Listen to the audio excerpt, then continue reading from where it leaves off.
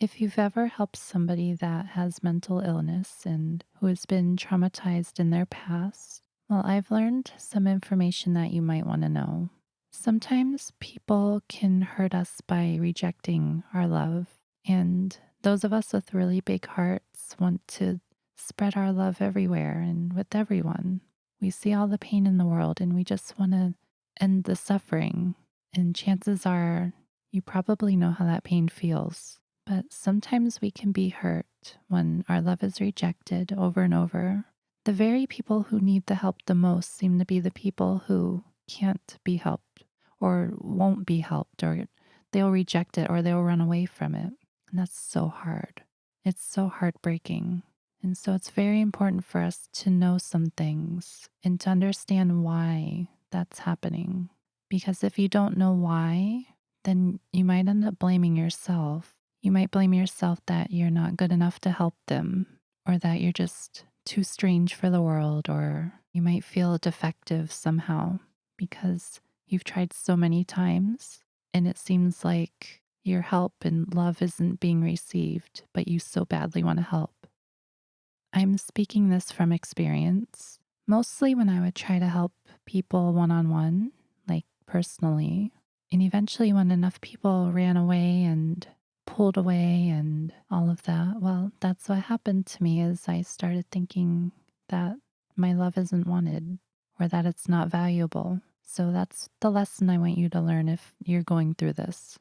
And the lesson is that you can't force people to be helped, and that people have their own journey and it's their own responsibility. And that no matter what you do, there's only so much you can do to get through to them because they're at a certain point in their journey. And if they're not ready to take on the next step, then they can't.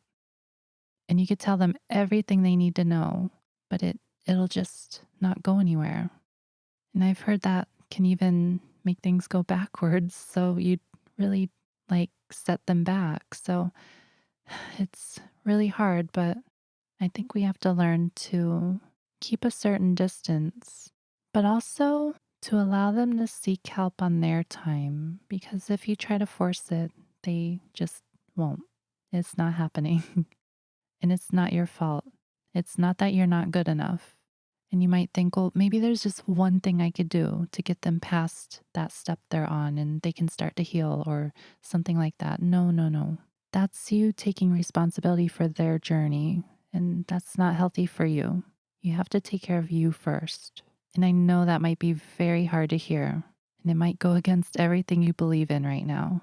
But everyone in this world does have a responsibility for themselves, even if that's not what you were taught, even if that's not how the dynamics went in your childhood with your parents or caregivers. And I really believe in this because it's so true. If somebody doesn't want to do something, they won't do it. And this goes outside of trauma, anything. If they don't want to learn something, they won't learn it. It's kind of like humans just have to want something. Just like with relationships, you can't have a one way friendship or a one way romantic relationship, or you can, but it's not good. It's not healthy because then it becomes where one person's doing everything for the other. That is not good for that person. But it's also not good for the person they're trying to help. It's not helping. It might even be hurting.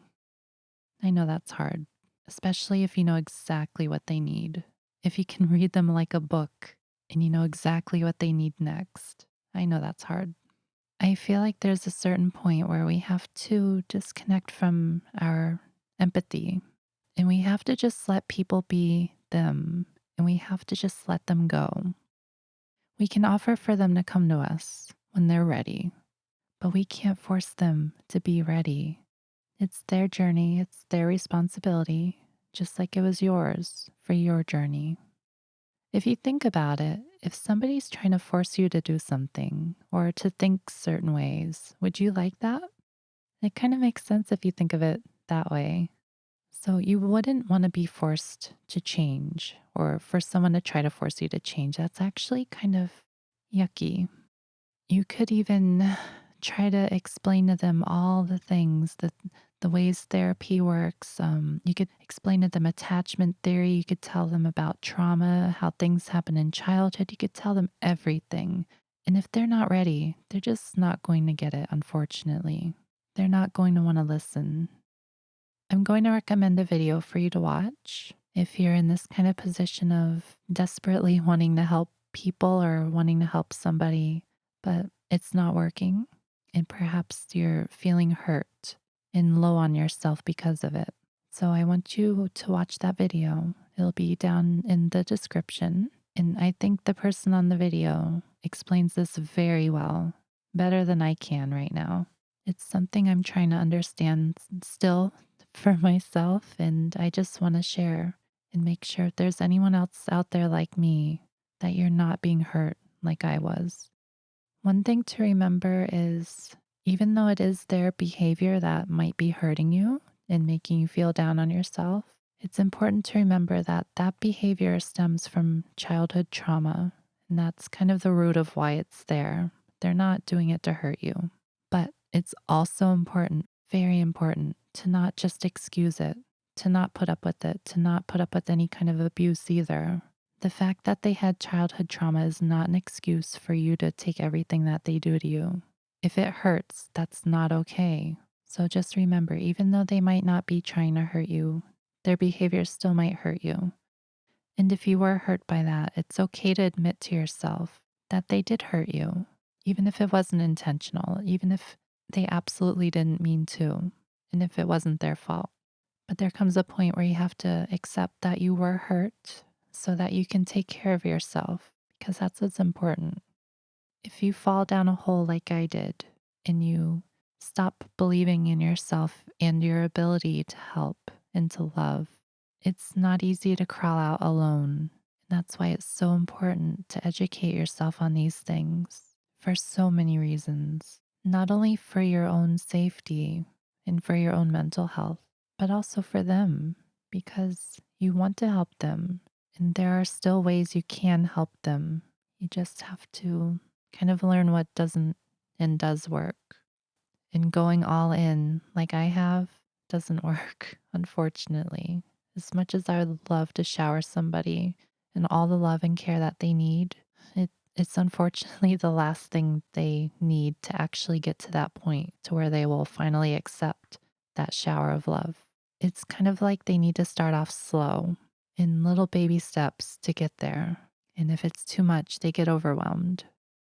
So, this is a lesson I've been learning, and I just wanted to share it with anyone else who might be like me to help save you from going through any more hurt because you're only trying to help. So, why should you be hurting? Why should it hurt to help? It shouldn't. So, we have to have the right boundaries and the right knowledge and patience. But most of all, we still have to take care of ourselves. And if you put the needs of everyone else before you, that's not good for so many reasons. It's kind of like offering a cup to somebody, a drink. But if your cup is empty, how can you give them any of the drink? You're a good person. You have all the capacity to love and care. And if you haven't already, do it for yourself. Turn that love toward yourself. It's okay to do that. And there's so many benefits. And in the end, you'll be able to help people just like you wanted, even better. But not just that, you'll feel good about it, even if helping them means not being able to help them. I know that sounds backwards, but sometimes it is very backwards.